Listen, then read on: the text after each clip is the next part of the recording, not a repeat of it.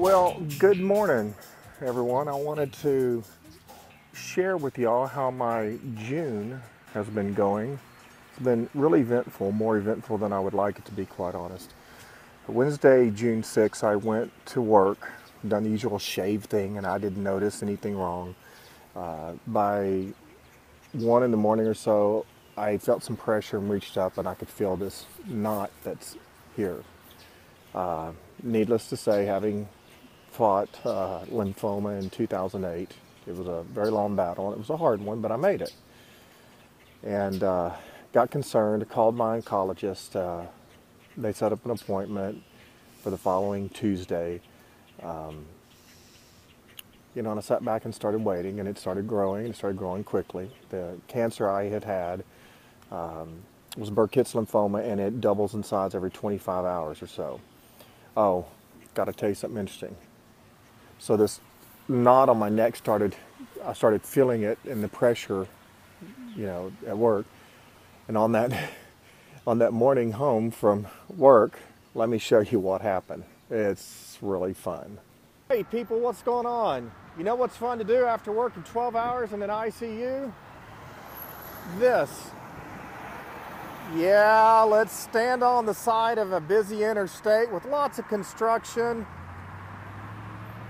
Oh, I was driving along and the car shook and smoke came billowing out and liquid started running from underneath it, and that was it. I managed to get pulled off, and I got a hold of my daughter. She's coming to get me, and tow truck's on its way, and now I get to do a little photography and video from a unique perspective. How often do I get to do this? Let's be honest, how often do I want to do this?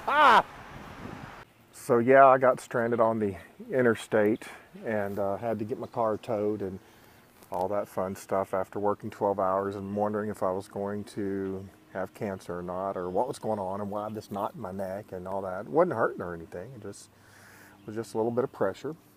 So we get to Saturday morning, Friday night going to Saturday morning. I was off that night, and I walk into the bedroom about 2 in the morning, and I thought my wife would be asleep, and she wasn't. And I could tell that she was feeling pretty emotional about this not returning, and and so we started talking, and we started having some pretty hard conversations, that are not real fun to have. What if this, and what about that, and how would we make it, or that kind of stuff. It was pretty lousy, but it was also honest, from the heart type stuff. We talked about it, and after we talked a while, because my cancer had been so fast, decided that maybe I ought to go to the ER. So here's a quick little video clip I had made at that moment in time. Bright light. Well, the knot in my neck continues to grow, and Janice and I decided that I guess I need to go into the emergency room. It's 3:04 Saturday morning, and we'll see what's going to happen. Praying for the best, hoping for the best, willing to take whatever God gives, because the greatest thing is to love Him, and it is what it is. So the visit to the ER was interesting. The CAT scan with and without contrast did not show anything. Basically, they found nothing. I went to the oncologist's office on that Tuesday, and she found nothing. She said that there was nothing on the lab reports, nothing that the report she received from the CAT scan had the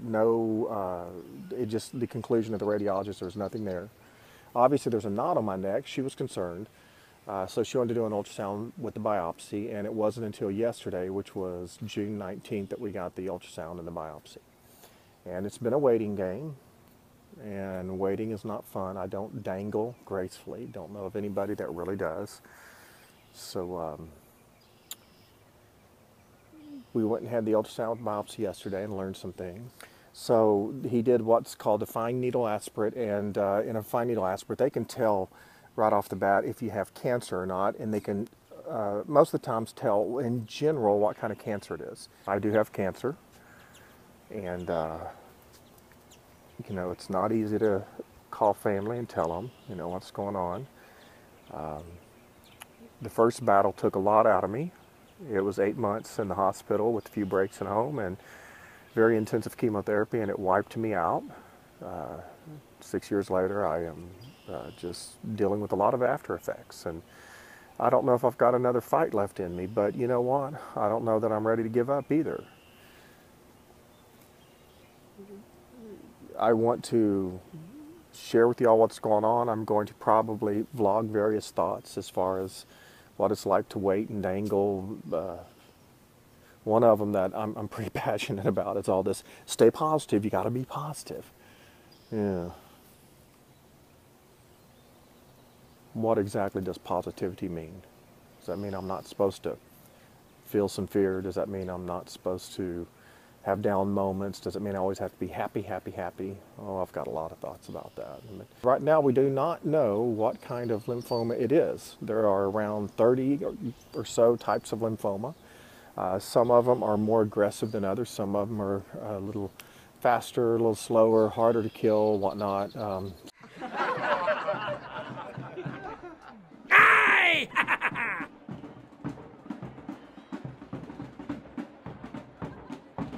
Hey people, what do you do when you get diagnosed with cancer? You go to the store with your daughter and your niece and you get some barbecue. So we're going to have some barbecue tonight and have some fun. That's what he's done. So we're looking for food. We're going to have some barbecue tonight. It's now officially on my food eating plan. Lower soda. Oh, I guess it's fully cooked. I see bacon and it's sitting over here. You want to get some? They're so cute though. By the way, ladies and gentlemen, this is Reba and this is Chauncey. Kinder bars, they are very yummy.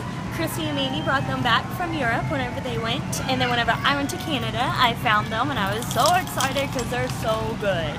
So, Kinder bars. Kinder bars. All right.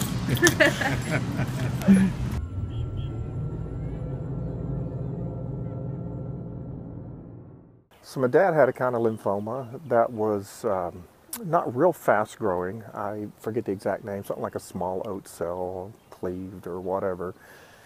Bottom line is he did get, I believe, a stem cell transplant or bone marrow transplant.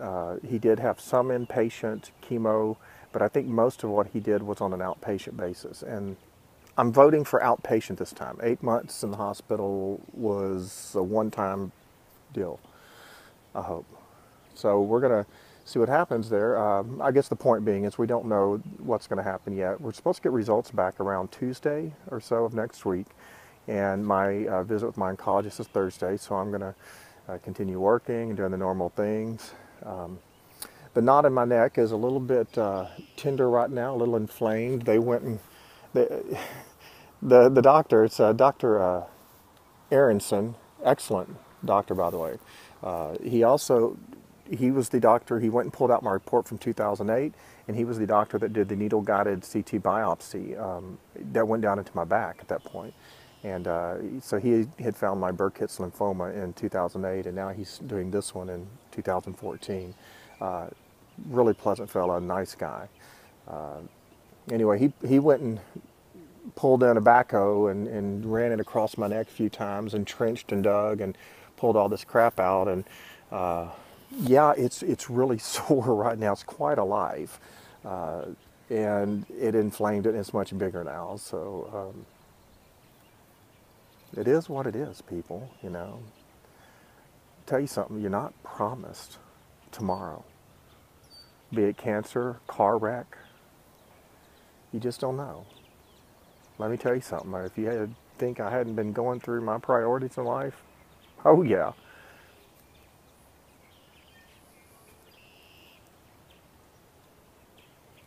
I'm going to spend all the time I can with my family. And just going to rest. And the greatest commandment is the number one thing for me. To love the Lord your God with all of your heart, soul, mind, and strength. And to love your neighbor as self. Jesus said there is no commandment greater than these. Look, people, I don't care if you're religious or not, or if you're atheist or whatever. How can you argue with trying to love others, to love yourself, you know? That didn't actually say love yourself, it says love others as self. I don't know how to exactly interpret that, but bottom line is there's a lot of love involved in that, and Jesus said that was the most important thing, and that's what I want to do. It's relationships. Do you understand relationships matter more than anything? Yeah, they really do. Forgiveness is key. People are going to hurt you. You're going to get upset with yourself, disappointed. Let go. Let it go. Forgive others. Forgive others. And it's not easy. Forgiveness is not cheap. So that's it. I will share more stuff as I have it. I will put out updates. I'll probably do them mostly through these vlogs. Some of them will obviously just be quick little typewritten stuff. So that's it. That's all I've got for now. Let's see what Calibu Cuddles de Cinco thought about this news.